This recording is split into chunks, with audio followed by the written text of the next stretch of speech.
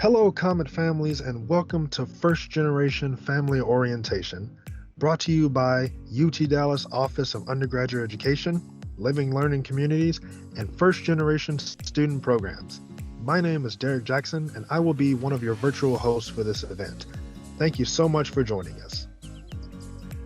For this presentation, you can enable closed caption subtitles on YouTube. To do this, click the CC button at the bottom right of your screen. You can also translate the subtitles on your screen into a different language if you want, using the following steps. First, click the gear next to the CC button to access the settings. Next, click Subtitles/CC.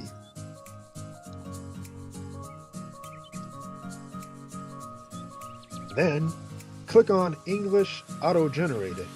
This allows YouTube to know that we wanted to generate subtitles as we talk. After that, click on Subtitles/CC one more time. Once that's done, select Auto Translate. And from there, you can select your preferred language.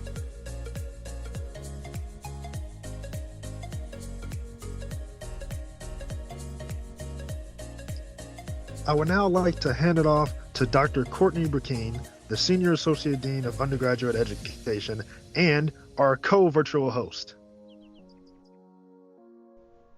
Hi, my name is Courtney, and I will be your other virtual host today. We sincerely appreciate you viewing this content on our First Generation Comets YouTube channel, which we hope becomes a valuable resource for both students and families. Before we continue with presentations and conversations with important campus departments, I want to provide a quick overview of today's family orientation content.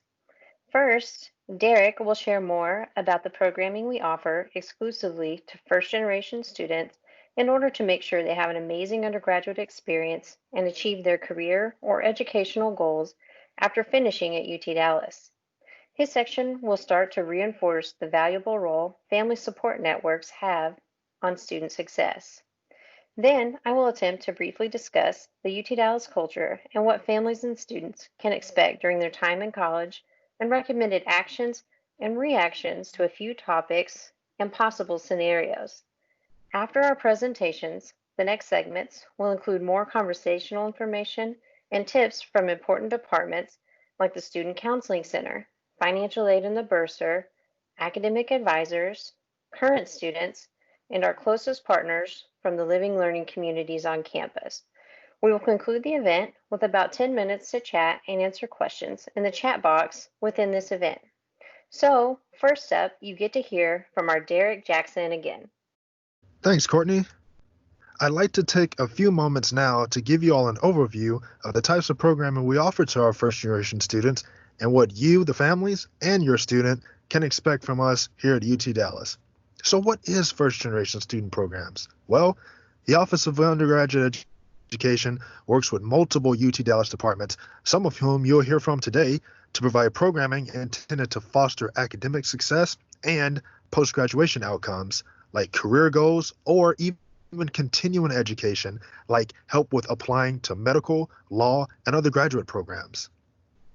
Some examples of our programming include information session, including one at the beginning of every semester detailing everything that we have planned, and other info sessions regarding important updates, such as earlier in the spring when we shifted to virtual and remote learning. We also have legacy projects that supports all first-generation students. Our current project is called our Jargon Dictionary, where we take academic terms, policies, building abbreviations, and other terms and define them in our own words. The Jargon Dictionary is still growing, and we cannot wait for incoming first-generation students to help us expand it. We also offer streamed and recorded content via our eLearning page that every first-generation student watching this will be invited to. These streamed and recorded content includes talks on how to write a great scholarship essay, academic resilience, and study tips for online learning. We also host service events, such as our annual Viva Volunteer event, where first generation students team up and volunteer within the community on several fantastic projects. And finally, we host Support Network Socials, where our first generation students can meet and socialize with their peers, myself, Dr. Burkeen, and other members of our amazing first generation student support network. As you can probably tell, our programming is available to students even with this virtual environment. We also engage with our first generation students, as Courtney said, through the First Generation Comments YouTube channel and through the UT Dallas First Gen's Instagram page. The handle is at the bottom left of the slide here. Give us a follow. Of course, the easiest way to stay updated with all the goings on in first generation student programs, including our events, is to check your email often, which is our pro tip for incoming first generation students. We will be sending out weekly communications via email to your UT Dallas email, so be sure to check that often. As a first generation student myself, I can tell you that being first gen is, well, pretty awesome. My fellow comments, our experiences as first generation students has prepared us for this journey that lies ahead. So embrace this adventure. It sounds cliche, but take it from someone who graduated from UT Dallas. It is going to be 4 years you will not forget. Like any adventure, you can encounter terms or things that you don't know, questions you don't know, who or how to ask, or even what classes to take. That was certainly the case for me, especially during my first couple of years. But we are here as your guide and advocate. Our goal is to be the go to contact for you and your family. The best way to go about this journey is to focus on what we can control, like how we react to situations, our thoughts and our actions, how we respond to setbacks, and how we celebrate our accomplishments. We can also control our knowledge of what resources are available, who to contact, and how to get support. This event alone will introduce several resources that you can use right away when you start your academic career here at UT Dallas. Finally, I cannot say enough good things about the importance of you, the family members who are watching this presentation. After all, we're all in this together, and you have been there for your students since the beginning. And your knowledge, encouragement, and emotional support will certainly play a big role in your student success. We've already seen it happen many times before. Let me show you the power of family support and the success of first generation students. Here are just a few quotes from first generation students who graduated this past spring. Thank you to my parents who continue to support me. My family worked day and night to make sure I could thrive and supported me on this journey. My parents' support was everything. The support of my family helped me a lot, especially when times got tough. Put it simply, families, your support makes this possible. Thank you so much. UT Dallas publicly talks a lot about rankings, low student debt, the high quality of our students, research, and value. There are many reasons why we attract highly motivated students like yours. They often come in with a clear set of expectations of what they hope to achieve and how they will achieve it. Our culture is a good fit for that type of student. We are often not the last stop for our undergraduates. During their time here, they innovate and prepare for the next stage of their lives, which in many cases includes going into positions above entry level and enrolling in graduate or professional school. While this makes my work fun because we get to see great students achieve greatness, it can add additional pressures on your student to be perfect or the best. And sometimes we hear from our students that it can feel like they're competing with each other. This can make them feel like they are a failure if they do not perceive themselves as good as their peers, which we know is untrue. So staying positive and not stressed requires good habits early and a willingness to recognize when to change behaviors, reach out, or identify a campus resource to help. And that's where you and our team come in. I selected a few images of what our students do and what they perceive all of their peers are doing And not only doing, but many of my students assume that participating in competitive programs, winning competitions, and earning high grades comes easily to everyone. And sometimes they think it comes easier to everyone but them. However, in reality, every student I have ever worked with has experienced what you see here. And my programs have engaged thousands of students, and I have personally worked with hundreds. While it might seem some students earn the highest possible GPA of 4.0 easily, I assure you that is not true in every semester of their career. I have never met a student who has had no worries. So while people may only see accomplishments, there are a lot of other things going on beneath the surface. So the takeaway transitions us to Dean Murphy's tips for families as you prepare to also experience the roller coaster of everything that happens beneath the surface with your student. Dee Murphy was first in her family to attend college, and she transferred multiple times and moved across the country by herself. But the degree she has framed nicely and proudly displays is not her PhD, but her bachelor's degree. I hope that you get to meet her. Her tips are based on all of our experiences, both working with students and our own experiences as first generation students. The first is trust your student. If they are smart, earn their place at UT Dallas. They will do well. Give them the time and space to show you that. That is our subtle, maybe not so subtle way of saying do not panic if there are negative moments. Do not call every hour or beg for too many visits home. Just be observant and use your instincts and what you learned today to make them feel confident that they belong in college and are just as good, if not better, in many cases, for reals, than the peers they may be comparing themselves to. And obviously, trust us, we are amazing. We are here to help and we are easily accessible. Also, trust the process. That means that everything that may happen, both the good and bad, as well as the weekends you do not see them and the significant amounts of time they have to be studying or might be participating in a fun program like going abroad, instead of helping the family or working, will all be worth it in the end. We can assure you of that. So, now on to some examples of how you can act and react during your college student's experience.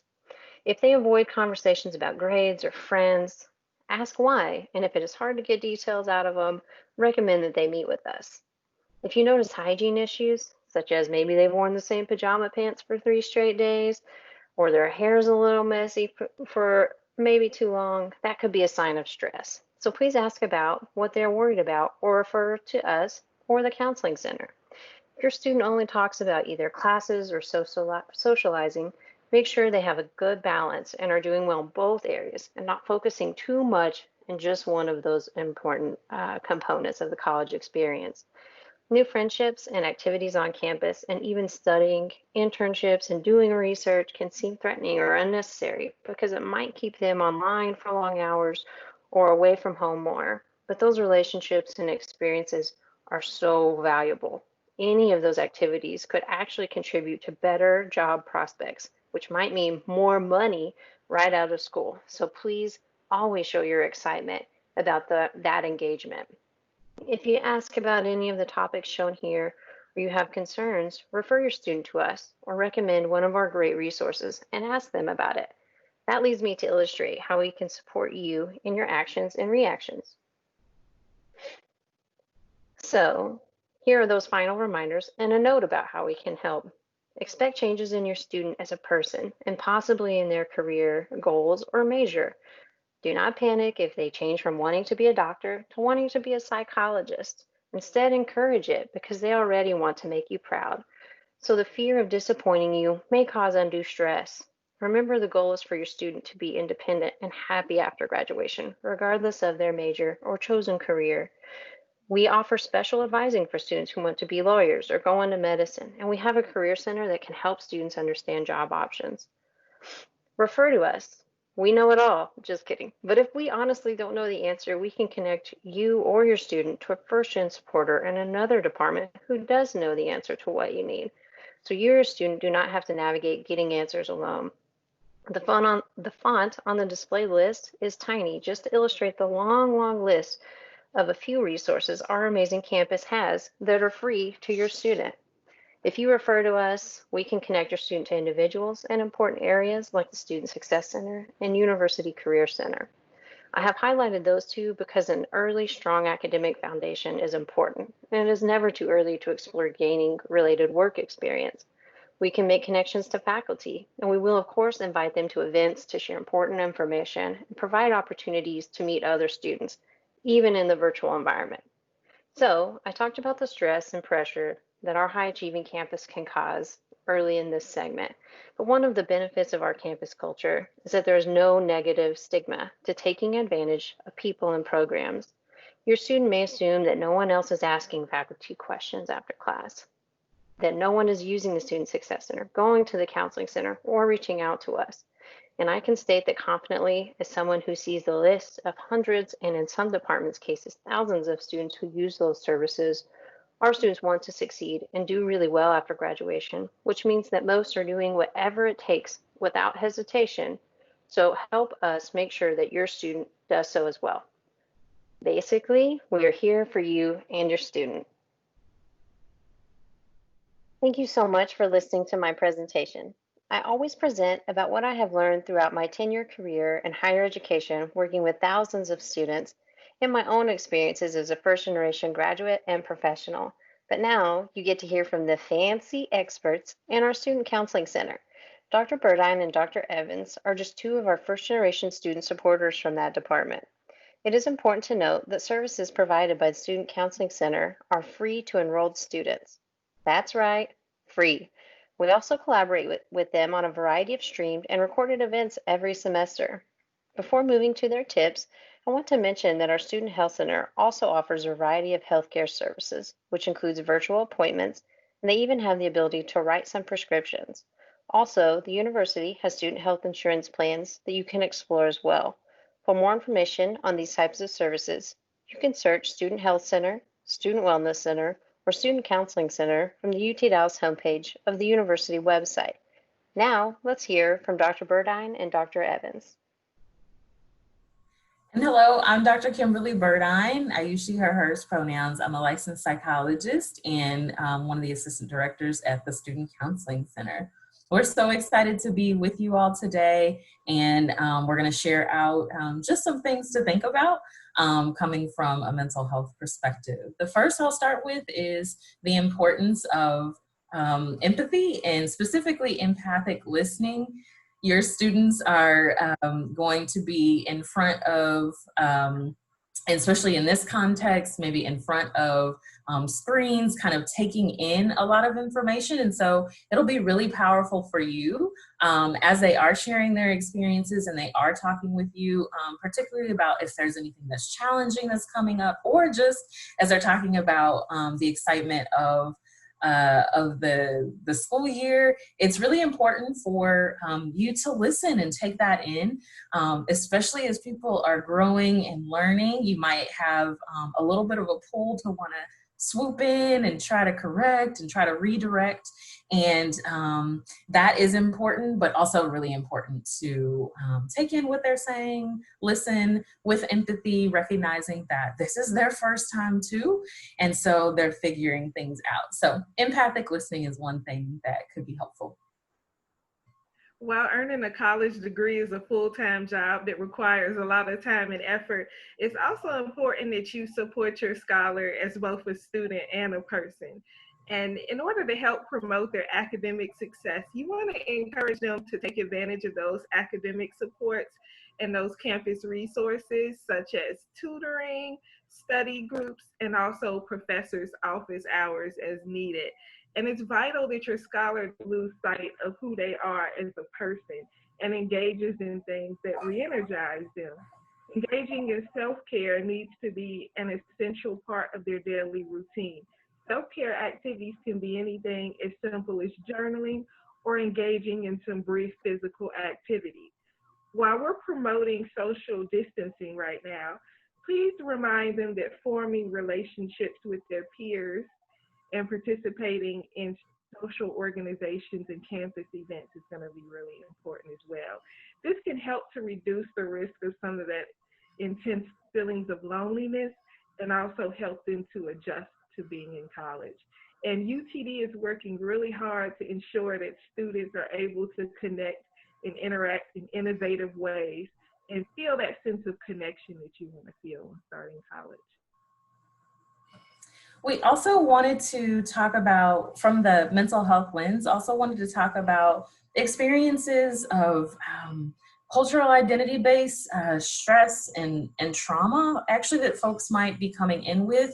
If you can imagine, just to explain that a little bit, if you can imagine, there have been times in your experience, and certainly oftentimes in your scholars' experience, that they've had classroom experiences where they've been mistreated, they've been discriminated against potentially. And so those sorts of things can impact a folks' ability to reach out for help, to get the support that they need, and just impact their overall experience in their classroom. And so we wanted to just name that as something that could potentially be happening, and encourage your scholar and you to be talking about that.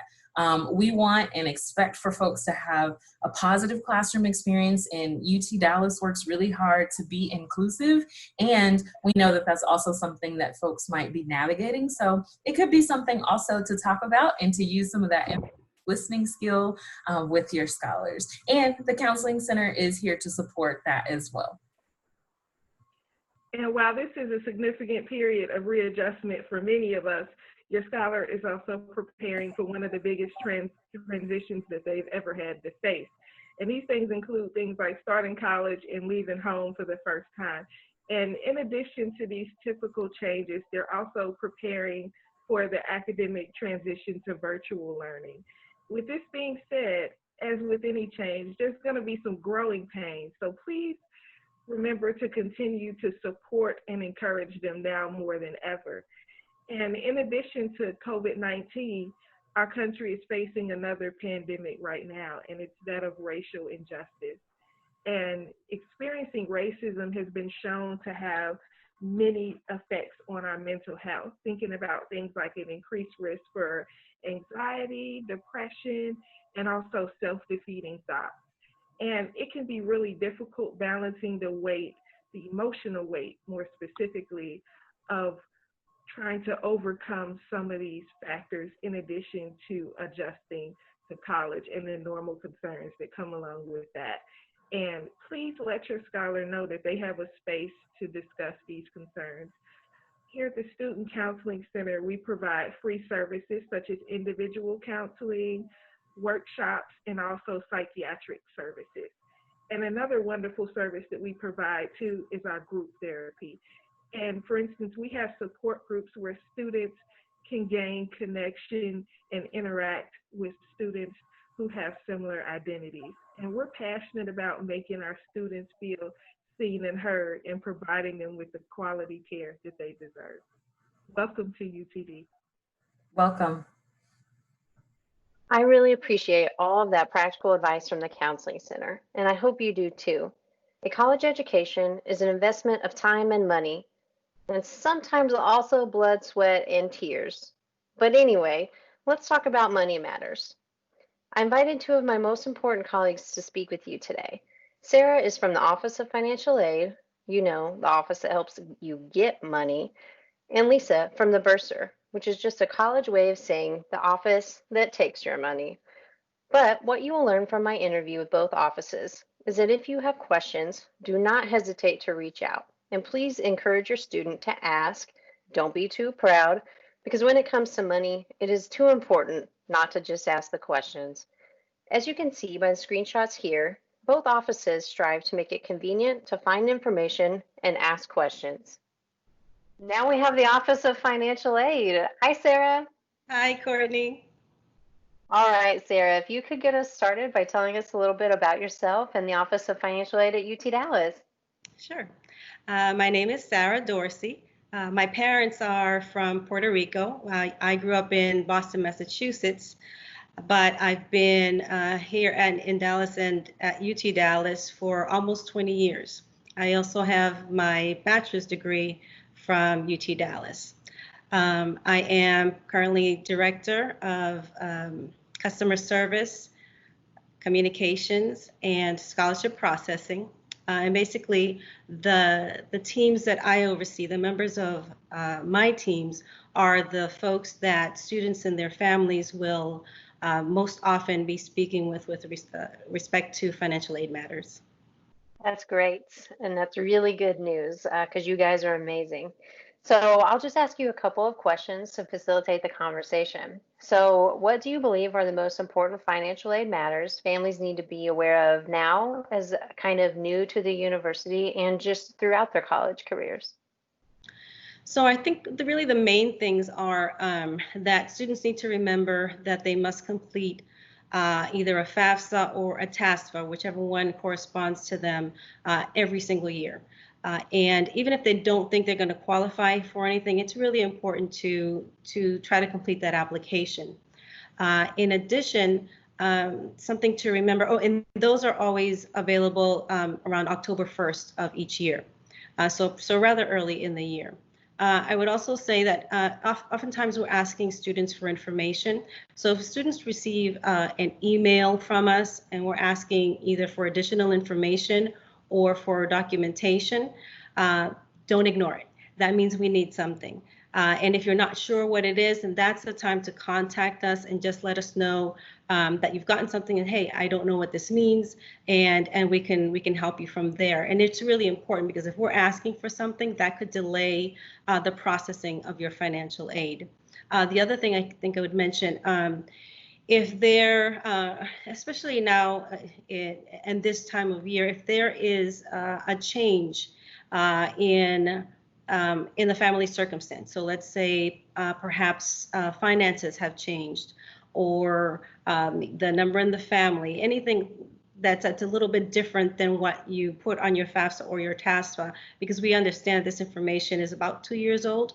But anything like that, let us know, because there may be something we can do to help to either increase your eligibility for more aid. We just don't know. So it's always good to talk to us.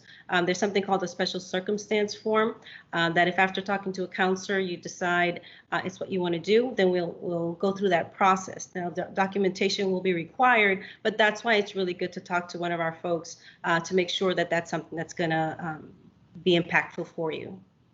Yeah, that's really good information. I like that you said even if you don't think you qualify, it's always good to complete the FAFSA or the TASFA because sometimes scholarships will require that you have one on file in order to be eligible. And the reminder about October, and that if anything changes, a sibling goes to college, there's a loss of a job or someone retires and the financial circumstance in a family changes, that special circumstance form is a great resource. It's really So, yeah. I know you guys provide a lot of details about the types of aid and loans available in your orientation presentations, but could you provide a basic overview of the factors that go into awarding aid and what families should do if they need assistance interpreting their award letters? So for the factors that go into financial aid are many, but I would say the primary ones are going to be the student and family's income. How many there are in the family, and that can be confusing sometimes. So it's ultimately, if you're a dependent student, it's the number of people who your family support or provide more than half of support. So they might necessarily not be just mom, dad, sister and brother. It could be a grandparent that they're supporting. It could be, a parent's sibling. If they're providing more than half of the support for that person, then those would be included as part of the family. And so, some of us, we have mixed families and we have, folks that we're having to take care of because we love them and we want to, but they are part of the family. And so those are things that people don't always know about that go into a calculation. And so also, how many there are in college and so on and so forth. But so those are sort of the main factors that go into the calculation. Yeah. And as far as who they can talk to for help, so we have We have a customer service team. There are customer service representatives, and then we also have financial aid counselors. Now, they are basically interchangeable. They all answer the phone and they all respond to emails. And when we're able to see students, they all see students. And so these are the folks that you can go to as a student or a parent and ask any question that you have. Now, I will say, if there is a situation that's complicated and you don't want to have to repeat the same story, if you will, to multiple people, you can ask to speak to your financial aid counselor, because each student has one. And so now you know that you have this person dedicated to your special situation, and you don't have to keep repeating yourself. And that counselor can help you. Yeah, that makes sense to me. Are there any other kind of pro tips or anything else that you would like to add? I think there are times when students aren't sure if they can afford to go to school. That's a good time to talk to one of our financial aid counselors. In that situation, I would say talk to one of our counselors. You just never know. There may be other avenues available that can help you get through it. It's important that you keep your grades up. In our office, we review student grades every single semester, and that's important. It could impact financial aid if you don't do well. You will receive notices from us. Don't ignore them. We have also a scholarship website. So it's never too late to apply for scholarships. We have general ones that open every year, and they usually open, I would say, in early February, and they close around mid-March. And then there are school-specific scholarships that students can look at as well. I think the final thing that I would say is that we just started doing a financial aid live Q&A. So we're excited about that. We've started and we're starting to gain momentum, but it's a place where we can all meet and you can ask students can ask their financial aid questions and get answers right away. And so if you're wondering, when is tuition due? Do I have an extended payment deadline? We may not be able to answer very specific questions to the students themselves, but oftentimes the general response is what they can receive. And so we've had some really great attendance and really great questions, but it's a really good way to ask and get that answer right away. You don't have to wait for an email response. You don't have to wait on hold. And we hold those on the first and third Thursday of each month. Oh, that's awesome. That's really great information. I'm so glad to hear those are going really well. And it's a good suggestion to continually be checking email and mail throughout the summer and between semesters, because that's often when students will get really important time sensitive kind of information or communication from the Office of Financial Aid, such as verification and what that means. And now they know to be checking that, and that you guys are so friendly and can be reached out to for questions. And I think, going back to your point about, interpreting the award letter and asking you all for assistance, in the Office of Undergraduate Education, we also have Comet Sense, which students can reach out to for personal budgeting assistance to help families make informed decisions about loans, how much they should accept, because they'll see that big amount in there and they might, just accept all of it. But before accepting, they can meet with a unit like Comet Sense and their financial aid counselor to make really informed financial decisions. So yes, thank you so much for all of that valuable information.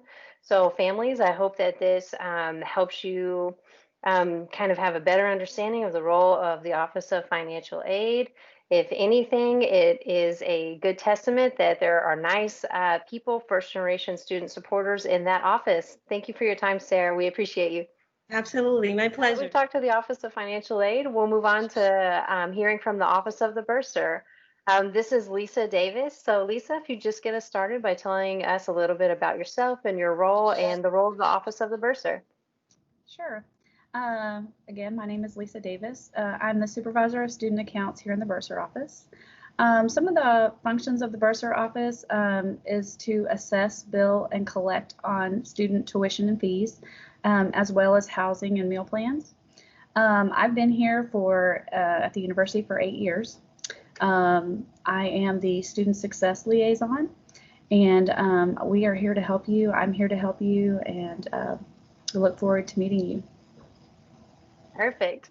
So tell us a little bit about what you believe are the most important bursar-related matters that families need to be aware of, both now as kind of new students and new to the Comet family and throughout their college careers. Okay. First, let me start by saying that I know that bursar-related issues can be really scary. It's not the fun part of going to college.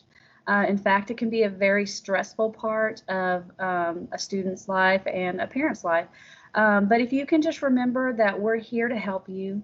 If you ever have any questions about anything that's on your bill, payment options, please do not hesitate to ask us, because we are here to help you. We're here to support you in any way that we can. And I wanted to go ahead and say that because I'm going to get into some things that can sound a little scary. And so, but I do want you to know that we are here to help you. One important thing that I think that all students and parents as well would need to realize is that there are deadlines for payment. And it is a student's responsibility to know those deadlines. We have an academic and payment and refund calendar out there for students to look at for each semester, and it's very, very important that you look at that each semester and know when your registration deadline is, when your payment deadline is, when the deadline is to drop a class if you don't want to take that class. In fact, one good thing that we have now for our students that helps with the payment deadline is in our Orion Student Service Center, there's a bursar tile. And on that tile, it will actually have the date that your payment is due. So if you are following our regular payment deadline, it would have the regular payment deadline. If you are a financial aid recipient, it should have the financial aid recipient deadline. So that's good for you to go and look at each semester before the payment deadline.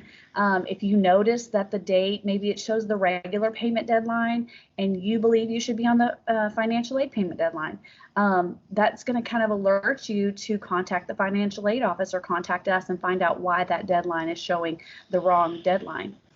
There may be something that you need to do in the financial aid office to get that extension. Also, another thing other than knowing your deadlines each semester for payments, it's good to know when the deadline to drop a class or withdraw from the university is. I know that can be a confusing term because academics uses the word drop. Academics uses the word drop for in one way, and we use it in another way. So for our office, dropping means that you're dropping in a class, but you're remaining in at least one other session course. Withdrawing means that you're withdrawing from all of the classes for that semester.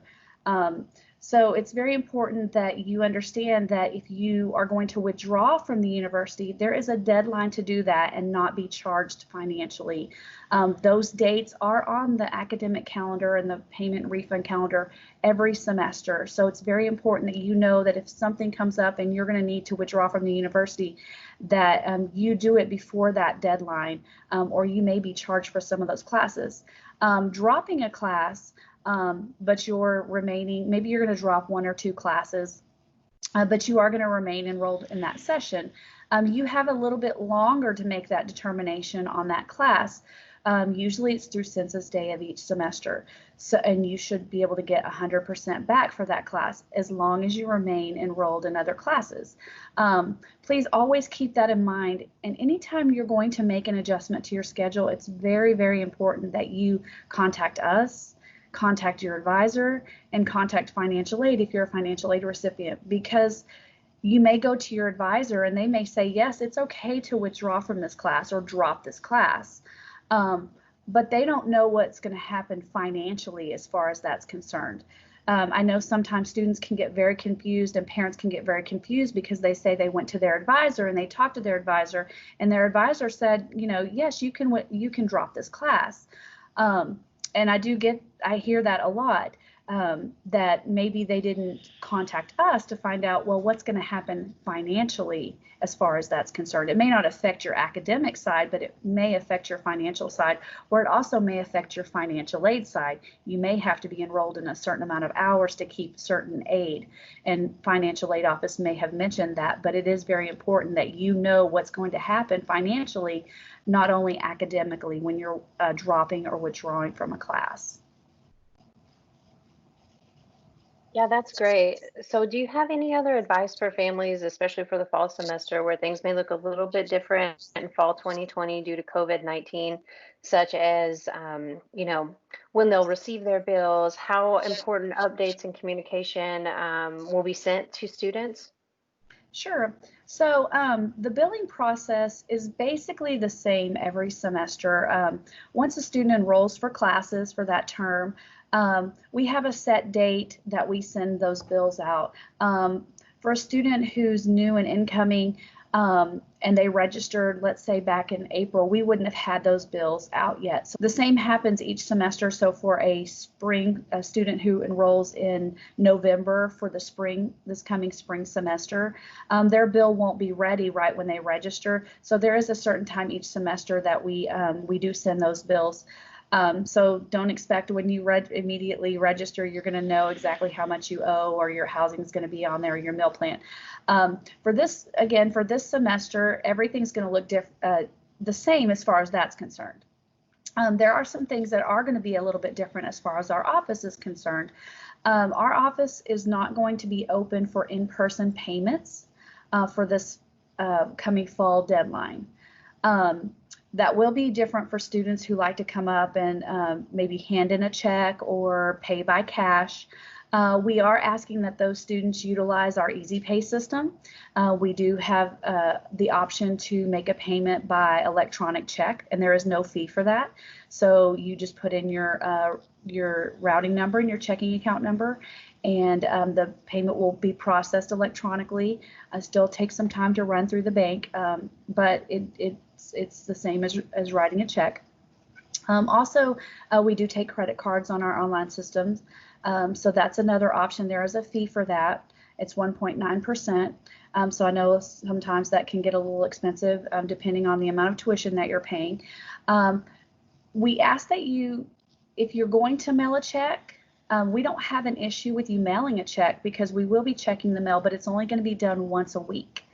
So, and the mail process can be time consuming. So if you do feel more comfortable mailing in a check, we will take that check. It's just going to take a little bit more time. So, let's say you have the August 13th payment deadline. You're going to want to go ahead and start sending that check in so that you can meet that deadline, since we're already here, really close to that deadline, because it could take 2 to 3 weeks, maybe even more, for us to actually get the check into our office and actually get it applied to your account. Now, on a normal semester, that wouldn't be how it works. We would usually get, mail every day and get those applied within a few days. Maybe it might take a week, maybe a little longer than a week, maybe 2 at the most. But we're looking at probably 3 weeks to a month to actually get those checks processed. If you do have to mail a check, if you are maybe on a 529 plan, we know that those require that they be mailed in. Again, you want to go ahead and get that process started as soon as possible before your deadline. That's great, Lisa. Thank you so much for the information. Lisa is a wonderful resource. She's a member of our First Generation Student Support Network. She can always talk to students and families about payment options, especially, if a financial situation changes. She's always helpful to answer questions about the Easy Pay system, which is a way to get your refunds from financial aid electronically, and it's managed by the Office of the Bursar. So yeah, she's a great resource, and we really appreciate your time, Lisa. Thank you so much. Thank you. Before we move on to advising, we are going to play some music. Too bad you all cannot see me jamming. And give you a minute break to stretch, enjoy the cheesy memes I have included on the slide by laughing with or at me, or post a question in the chat box.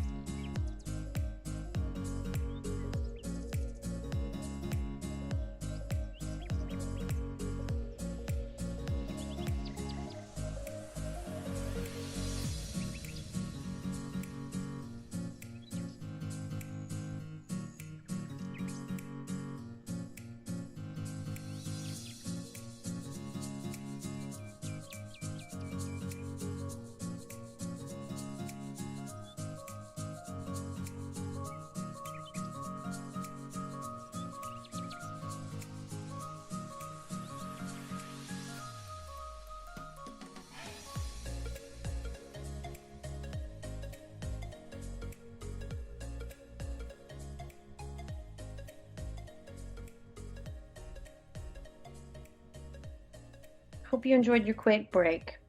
So when it comes to academic advising, the most important thing to know is they keep our students on track to graduate, which is kind of the goal. So we consider them VIPs. You should encourage your student to meet with them every semester, even if your student seems super confident and like they know exactly what they are doing. Advisors help with picking classes, providing insight about which classes should or should not be taken together, which is especially an important consideration if your student will be working or has family commitments, and policy questions. Examples of policy questions might be, what happens if I drop this class? What happens if I take more than 150 hours to graduate? Can I take summer classes at a local community college? Advisors know all of the possible impacts of actions and can interpret important documents, such as the academic calendar, which tells you and students important dates, and the academic catalog, which outlines policies and procedures, but often in a way that is not always very student friendly. So the goal of my time with advising is to convey that they are here for you and your student. If you have a question or your student needs help connecting with advising, email graduationhelpdesk@utdallas.edu because that is our one-stop shop for assistance. And don't worry, we have the academic calendar and catalog translated in our jargon dictionary just for your student. But you can also search for them from the UT Dallas homepage. So now we have some academic advisors in the house. Woo! What's up? Yeah. All right, Cameron's going to start us off with just some pro tips from academic advising and just kind of the value of the role here on our campus. Hello and welcome to the University of Texas at Dallas. My name is Cameron Savoda and I'm an academic advisor here in the School of Natural Sciences and Mathematics.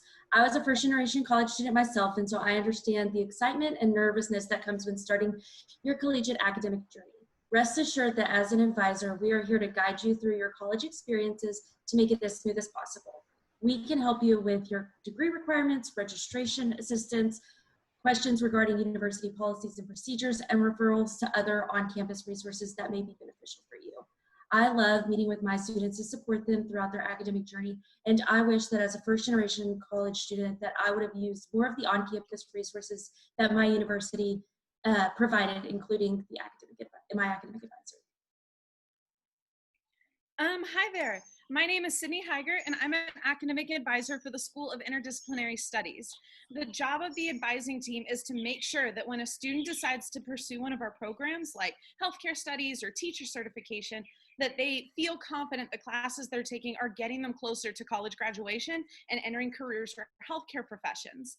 Advisors are here to guide students through their degree plans and introduce them to resources that they can use to be successful.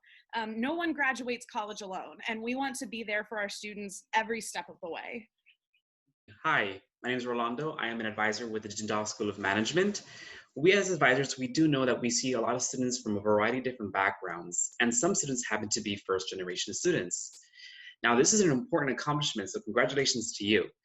It's important to note that this is a relatively challenging path since the route is usually unknown, but that is what we are here for. We are here to guide you and assist you in making sure that your educational career here at UT Dallas is as smooth as possible. Now, we do know it to be an important resource and tool for students to go ahead and communicate with advisors and for us to communicate with students to make sure that whatever resource or tool that you're needing, that we are there by your side. As my fellow teammates have stated and will state, this is a path in which we can go ahead and work alongside you and your parents to make sure that your entire educational career here at university is as great as possible. Hi, my name is Sydney Taylor, and I'm an academic advisor in the School of Arts and Humanities. My role is to support you. If you're dealing with something that impacts your ability to succeed academically, let me know. That's anything from difficulty in a class to stressors in your personal life, to work obligations, illness, etc. When I was a generation student, I came down with pneumonia during finals week. I assumed that I just had to tough it out because finals, right? I showed up, did not do well on the tests, and my A average dropped significantly. I had no idea there were other avenues I could have taken to save my GPA. Reach out to my advisor, but I can share this information with my students when they need it. Advisors are resources and advocates for your success. You just have to reach out. Hey there, Comments. How are you? I'm Kevin Jackson, and on behalf of Behavioral and Brain Sciences Advising Office, we want to welcome you to UTD. You in for a treat. Listen, as a first generational college kid as myself, when I was my first semester in college, I didn't know what to do. I didn't know where to go, nothing. I didn't know what classes to sign up for. So guess what I did? I had to find some great people to help me along the way, which were my advisors. My advisors helped me with getting into my classes, getting me to know the importance of being on time for my classes, all of those good things that we can help you with that I didn't know how to do. So now in my role as an advisor, I'm going to help you with it. So you may be nervous, you may don't know what to do, just like me. Trust me, we are here for you guys. All right, we are here for you. We got your back. Let's turn up, get ready for this semester. It's gonna be great. Hey Comets, I'm Tia Edwards and I am the Assistant Director for Undergraduate Advising in the Eric Johnson School of Engineering and Computer Science. So let me just start by saying I know exactly what you're going through. It can be a little bit scary, a little bit challenging, but you guys have made it all the way to college. Congratulations on that. One of the things that I will say that I regret probably the most in my whole college career is not meeting with my advisor. I actually didn't meet my advisor till my last semester, and I found out I could have actually pursued a minor and a lot of other different things. And so please, please, please meet with your advisor. And I would say probably even every semester if you want to just sit down and talk for a little bit. Also, remind you to check your email from your advisors. They're definitely going to communicate with you by email for the most part. So nobody's going to come to your room and wake you up or anything. We're going to email you. And then finally, just don't fail. Don't fail. All you have to do is go talk to somebody. We have resources on campus, and your advisor is the one who will let you know exactly what you can do to make the most out of your college career. All right, welcome. Hey there, Comets. My name is Alejandra Gutierrez, and I'm an academic advisor for the School of Arts, Technology, and Emerging Communication. My role at UTD is to support and guide students through their journey as they're completing their degrees. I, like you, was a first-generation student too. Going to college was not only new to me, but it was also new to my family.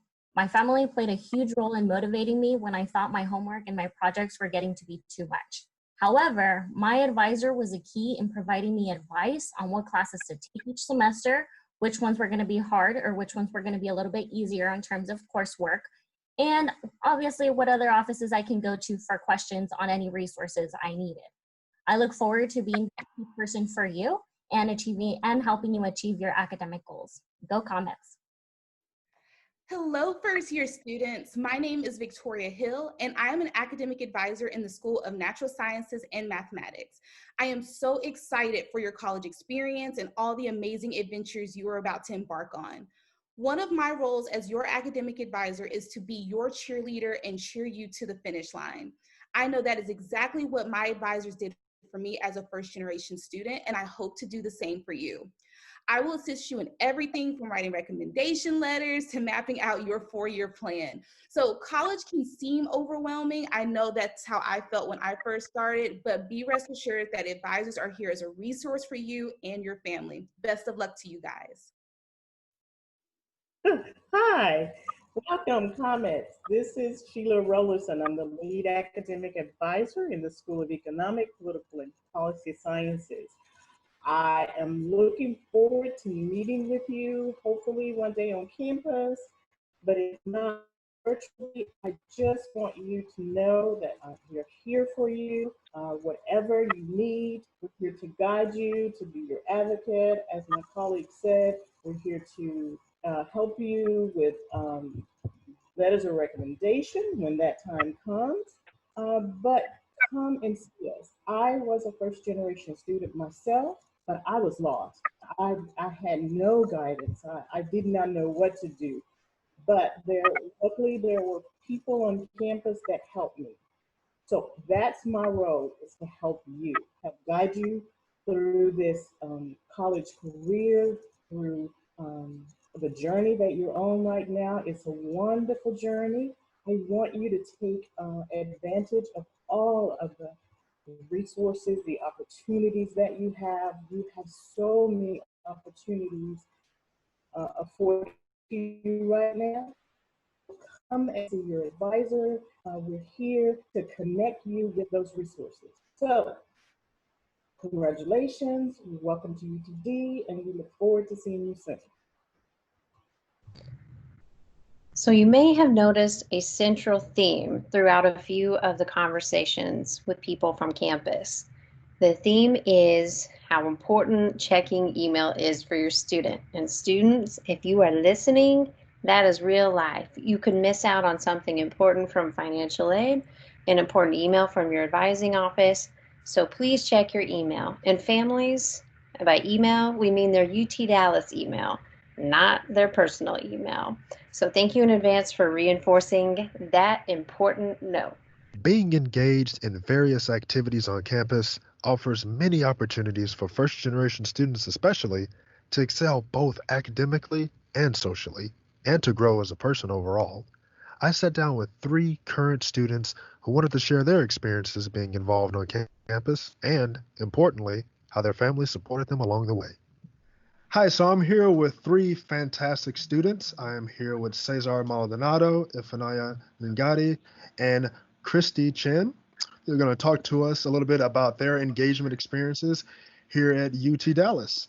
So the first question I have for everyone is just to kind of introduce yourself more. Tell us what you're studying, what year you're in, and describe your engagement experience here at UT Dallas. And we will start with Christy. Yeah, of course. Hey y'all, my name's Christy. I am currently a junior finance major here. As far as some things I'm involved in and around campus, first I am in what's called the Davidson Management Honors Program. It's our business honors program.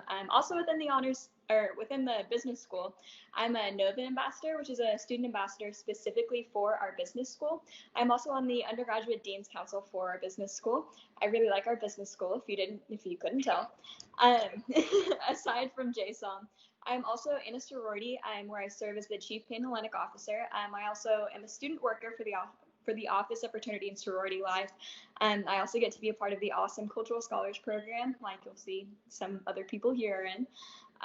And aside from like academics and that kind of thing, I'm also part of a campus ministry called Campus Outreach. And I think that's it. Hi, guys. My name is Cesar Maldonado. I am a third-year cognitive science student, and my engagement with the campus and school in general has mostly been either academic and definitely in part with cultural scholars. I immediately, as soon as I was in the program, I immediately reached out to Derek to ask him about the leadership position and see if I could, become a part of the program in a more, engaged way.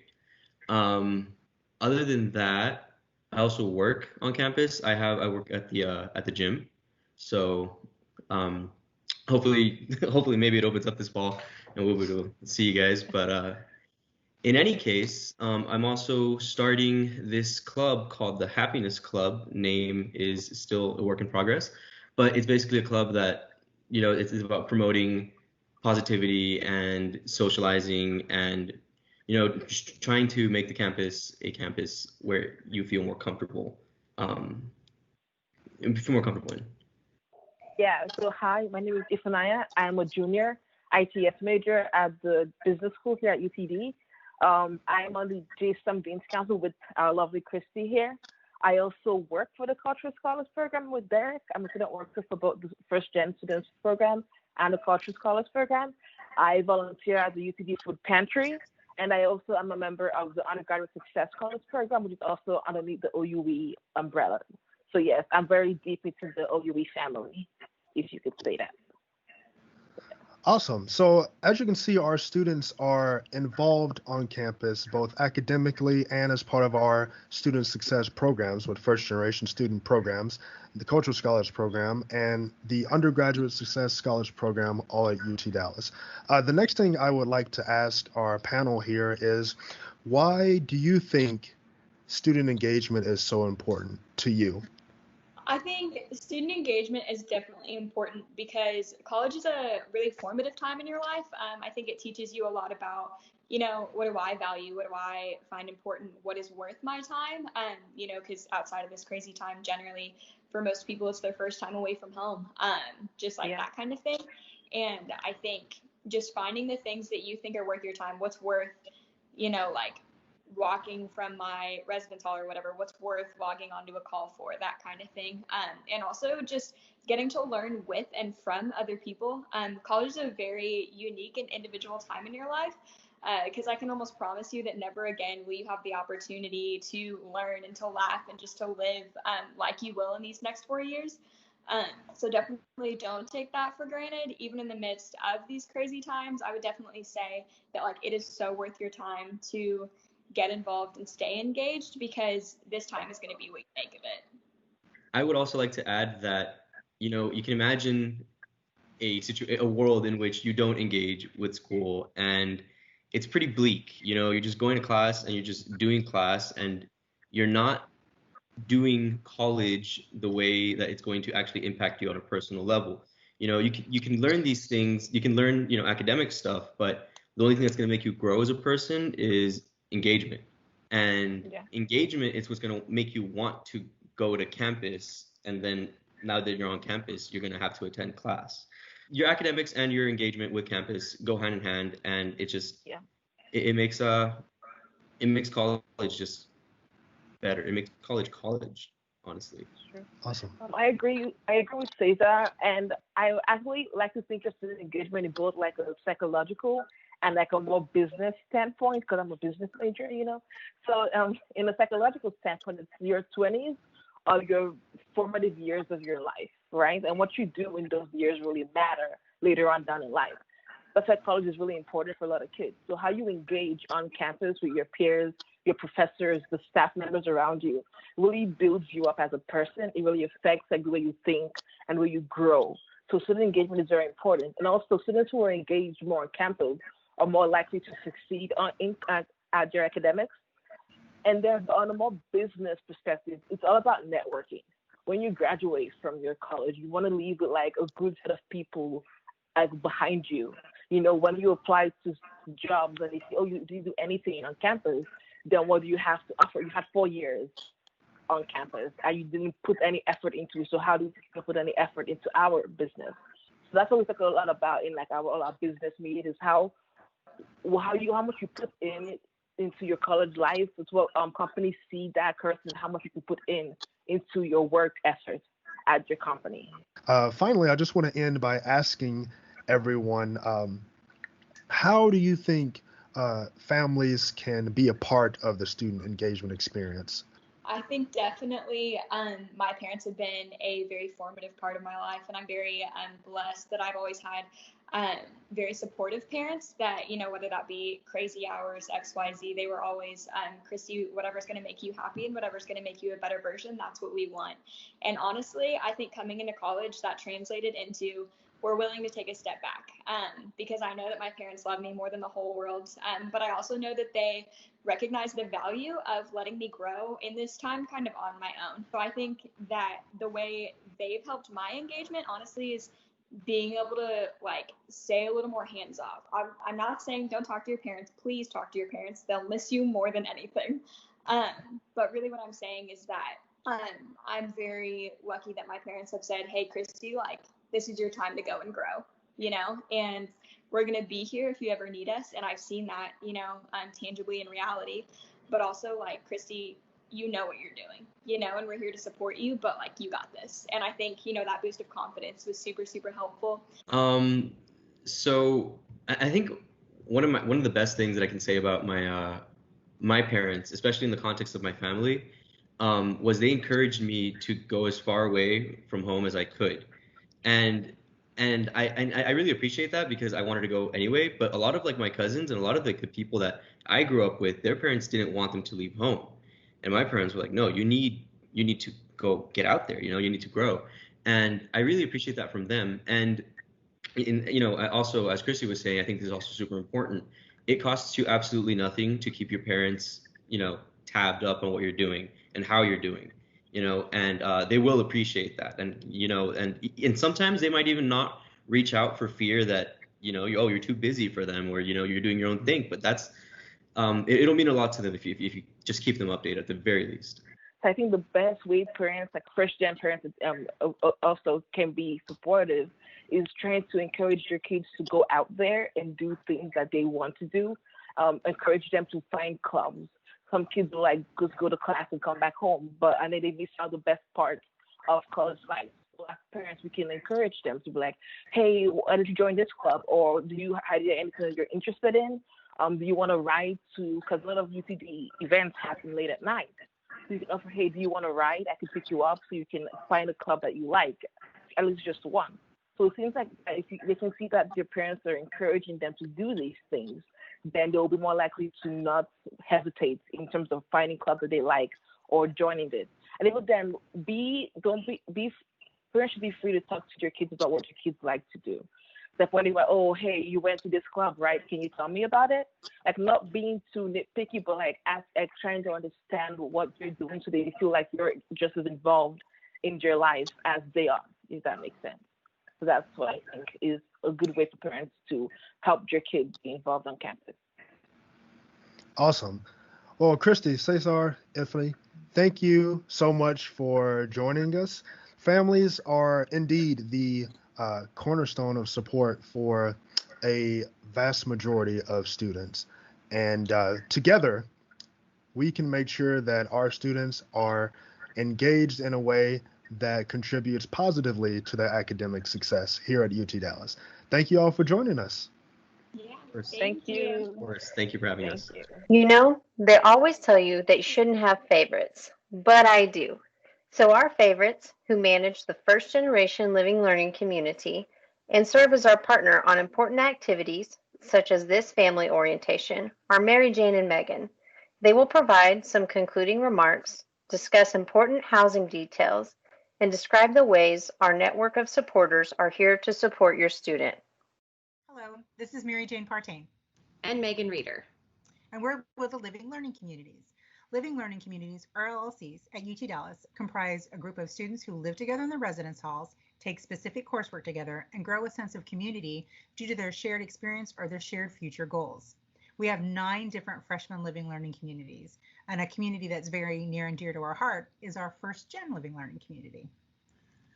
I have organized a program for our First Gen LLC called First Gen First Fridays. On the first Friday of the month, we invite students to meet with campus resources and our First Gen support network, as well as learn about events and campus traditions. In addition to our First Gen First Fridays, our First Gen students also get the support of live-in student staff called peer advisors. Our First Gen LLC students have a peer advisor who is also a First Gen student. On top of all of that, our First Gen LLC students get to take a special course focused on their distinct needs. The First Gen Student Success course helps students become involved with the UT Dallas community, identify campus resources to assist them in their college journey, and learn how to effectively communicate with faculty and staff. Our First Gen First Friday events often tie into what the students are learning or have recently learned in their success course. Parents, for those of you who have students that aren't able to participate in First Gen LLC but still get to live on campus, do not worry. They also have live-in staff that are there to provide assistance, as well as a peer advisor who's also there to mentor them. You will have people there that help them find friendships, build life skills, and help to provide a safe, protective environment for them. And just as a friendly reminder for those of you who will be living on campus, this last week you would have received information regarding move-in. It will include maps, where to park, how to get through campus, and a specific move-in time. We're asking that you really adhere to those move-in times. That's how we're going to be able to provide a safe and effective move-in for everyone, especially during this time. So if you could please make sure that you check your UTD email and look at that information, then follow those guidelines. If for some reason you don't have the email or you've got questions, you can always reach out to us. Our number is 972-883-7430. We are just some of the small army of mentors and partner organizations that work together to support your First Gen student. We have representatives from every major department on campus, from housing to financial aid to career services and beyond. Many of us were our first gen students ourselves. And so we've had to walk this path of not knowing who to ask what questions of. And it's why we're first gen mentors for your students on this campus. We want to make sure that they don't get lost and that they find people that can help them get the answers that they need. And that's why this support network is so important. As Megan said, we've got folks all over campus that have agreed to be a part of this to help your student figure out the answers to the questions that they have. Many times we'll find somebody that needs assistance, and instead of sending them just directly to the department, we'll send them to a specific person in the department. Say, for instance, if you have a housing issue, we wouldn't just send you to housing, we would send you to Katie Farrell. Katie is one of our first gen support network folks, and she herself was a first gen student and is always happy to help our students as they try and figure out those housing questions. And Katie and Megan and myself, all of the folks that are first gen supporters and part of the network process, the goal of our program is to really provide that extra and additional resource for your student. We want to make sure that they are able to navigate the university experience, that they're able to get their questions answered. We help to calm their fears, connect them to the right university resource, and with the end goal in mind that they graduate, on time with a degree that matches their skill sets and their goals, and they get a positive start to this brand new chapter of their life. Well, that concludes our first gen parent family orientation. Thank you so much for spending your Saturday afternoon with us. We are going to move on next to answer some questions that you have.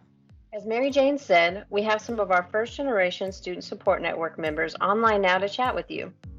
The chat will last for 10 minutes. If you have a question that goes unanswered or you would rather ask us privately, please email us at firstgen@utdallas.edu. So this was our first ever YouTube premiere event. So Derek and I will virtual high five with Mary Jane and Megan later. Woo!